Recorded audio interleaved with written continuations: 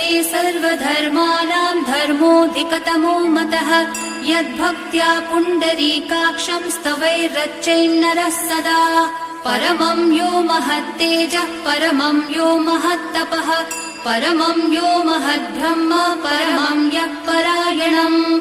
पवित्राणां पवित्रं यो मङ्गलानां च मङ्गलम्। दैवतं देवतानां च भूतानां यो व्ययः पिता। यतः सर्वाणि भूतानि भवन्त्यादियुगागमे।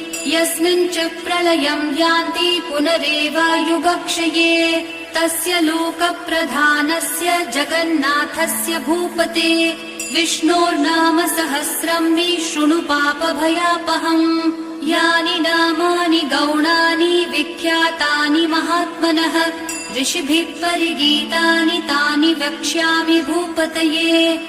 ऋषिर्नाम्नां सहस्रस्य वेदव्यासो महामुनिः। छन्दोनुष्टुप् तथा देवो भगवान् देवकीसुतः। अमृतांशोद्भवो बीजं शक्तिर्देवकीनन्दनः।